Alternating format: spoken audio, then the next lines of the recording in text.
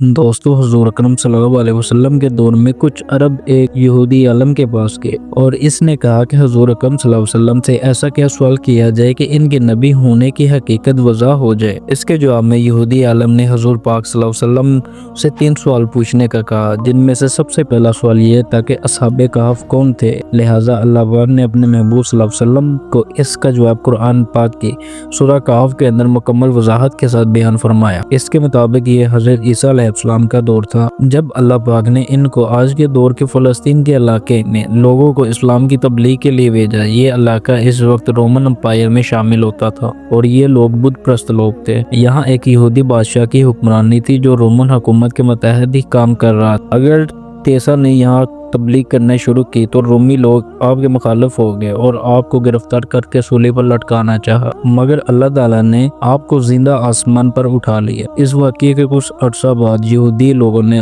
رومی حکومت کے خلاف بغاوت شروع کر دی۔ لہٰذا اس کے رد عمل میں غصہ ہو کر ٹائٹس نامی رومی بادشاہ نے یروشلم اور فلسطین پر حملہ کر دیا، اسے مکمل تباہ کر دیا، حتیٰ کہ بیت المقدس کو بھی اس نے مکمل تباہ کر دیا۔ اس دوران اس نے 1.5 لاکھ یہودیوں کو قتل کیا۔ جو بچے کچھ یہودی رہ گئے تھے وہ جان بچا کر فلسطین سے نکل گئے، اور یوں صرف عیسائی لوگ جو حضرت عیسیٰ علیہ السلام کے ماننے والے تھے، ان کی تعلیمات کے پیروکار تھے، صرف وہی فلسطین میں موجود رہ گئے۔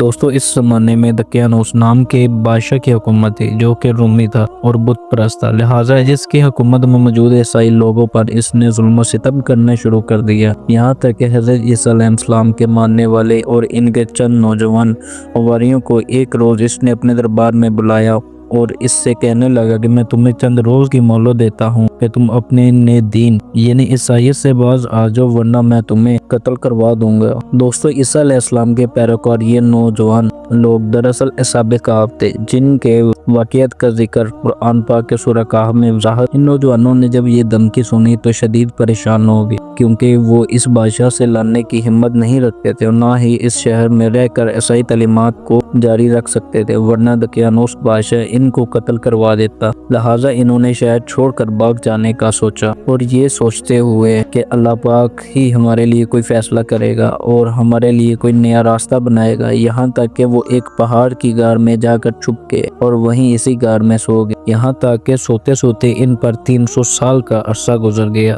یعنی 300 برس تک یہ لوگ اسی غار میں سوتے رہے۔ دقیانوس نے جب ان کو تلاش کروایا تو اسے معلوم ہوا کہ یہ لوگ اس غار کے اندر موجود ہیں، تو اس نے غصے میں آ کر حکم دیا کہ غار کو ایک سنگین دیوار لگا کر بند کر دیا جائے تاکہ وہ لوگ اسی غار میں رہ کر مر جائیں اور باہر نہ آ سکیں۔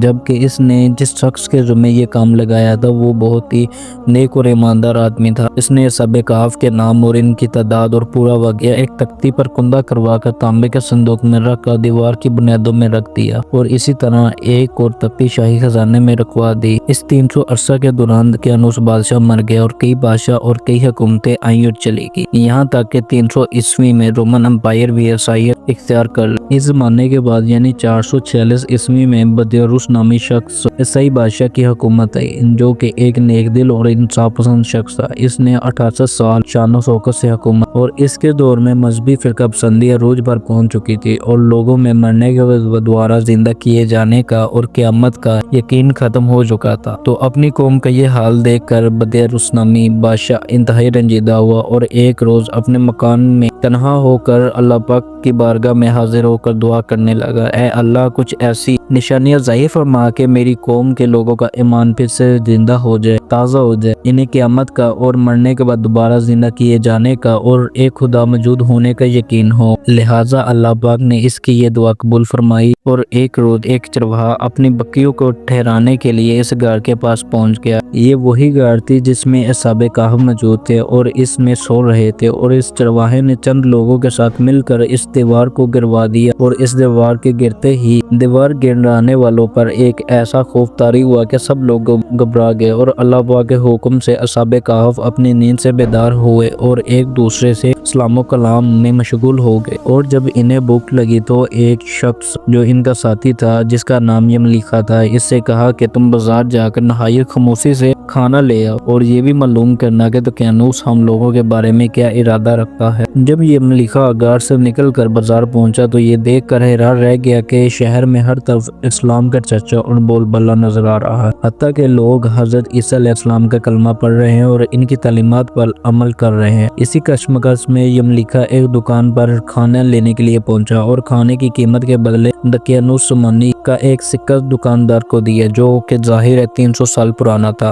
और अब बंद हो चुका था। दुकानदार ने इस सिक्के को देखा तो वो शक करने लगा, शायद इस शख्स के पास कोई पुराना खजाना मिला है। लिहाजा इसने यमलीखा को सिपाहियों के सुपुर्द करवा दिया ताकि वो इनसे खजाने के बारे में पूछें। यूं सिपाहियों ने यमलीखा को पकड़ लिया और इससे सवाल करने लगे कि बताओ वो खजाना कहाँ है। जवाब में यमलीखा ने कहा कि मेरे पास कोई खजाना मौजूद नहीं है, ये हमारा ही रुपया है। सिपाहियों ने कहा कि हम कैसे मान ले, क्योंकि ये सिक्का तो 300 साल पुराना है, जबकि तुम लोग अभी जवान हो। लिहाजा सच सच बताओ कि मामला आखिर क्या है ताकि इसका कोई मुनासिब हल निकला जाए। जवाब में यमलीखा ने कहा कि पहले मुझे ये बताओ कि दकियानूस बादशाह का क्या हाल है। सिपाहियों ने ये सुना तो जवाब दिया कि इस नाम का कोई बादशाह पूरी रूह जमीन पर मौजूद नहीं है, मगर हाँ सैकड़ों साल पहले इस नाम का एक बादशाह मौजूद था जो कि बहुत ही बेईमान और बुत परस्त था। ये जवाब सुनकर यमलीखा शदीद परेशान हुआ और बताया कि अभी कल ही हम इसके शर से अपना ईमान और जान बचा कर भागे थे और मैं और मेरे साथी करीब एक घर में छुप गए थे, जबकि मेरे बाकी साथी इस वक्त भी इस घर में मौजूद हैं। तुम लोग मेरे साथ चलकर खुद ही इनको क्यों नहीं देख लेते। जब सिपाही और शहर के लोग एक कसीर तादाद में इस घर के पास पहुंचे तो असहाबे कहफ यमलीखा के इंतजार में थे। इन्होंने आने में बहुत देर कर दी थी। जब घर पर एक से ज्यादा आदमी पहुंचे और शोरगुल सुनाई दिया तो असहाबे कहफ समझ गए कि शायद दकियानूस की फौज हमारा ताक़ब कर रही है और घर तक आ पहुंची है। लिहाजा वो अल्लाह पाक का जिक्र अज़कार करने लगे और अल्लाह पाक की हम्दो सना में मसरूफ हो गया। सिपाहियों ने घर पर पहुंचकर वो तांबे का संदूक बरामद किया और इसके अंदर से तख्ते को निकाल कर पढ़ा तो वहाँ सहाबे कहफ के नाम और ये लिखा हुआ था कि ये मोमिनों की जमात है और अपने दीन की हिफाजत के लिए दकियानूस बादशाह के खौफ से इस घर में पनाह ली है। और दकियानूस ने गुस्से में आकर इस घर का मुंह बंद करवा दिया ताकि ये लोग बाहर ना आ सके। लिहाजा जब कभी ये घर खुले तो ये लोग असहाबे कहफ का हाल यहाँ से मालूम कर सके। सिपाही ये देखकर हैरानो परेशान रह गए और जब ही कुछ भी समझ न आया तो अपने बादशाह बदरूस को असहाबे कहफ की इत्तला। बदरूस बादशाह ने जब ये खबर सुनी तो फौरन इस घर पर आ पहुंचा। असहाबे कहफ ने घर से निकलकर बादशाह से तमाम वाक़या बयान किया। बदरूस बादशाह ने सजदा गुजार होकर अल्लाह पाक का शुक्र अदा किया कि ऐ अल्लाह मेरी दुआ कबूल हुई और आपने एक ऐसी निशानी जाहिर फरमा दी कि इंसान मौत के बाद जिंदा होने का यकीन जरूर करेगा। इसके बाद असहाबे कहफ ने बदरूस बादशाह को दुआ दी कि अल्लाह तुम्हारी बादशाहत पर बरकत अता फरमाए और सलाम करने के बाद दोबारा इसी घर में वापस चले गए और दोबारा वहीं जाकर सो गए जहां से बेदार हुए। लिहाजा इसी नींद की हालत में अल्लाह पाक ने असहाबे कहफ को मौत दे दी।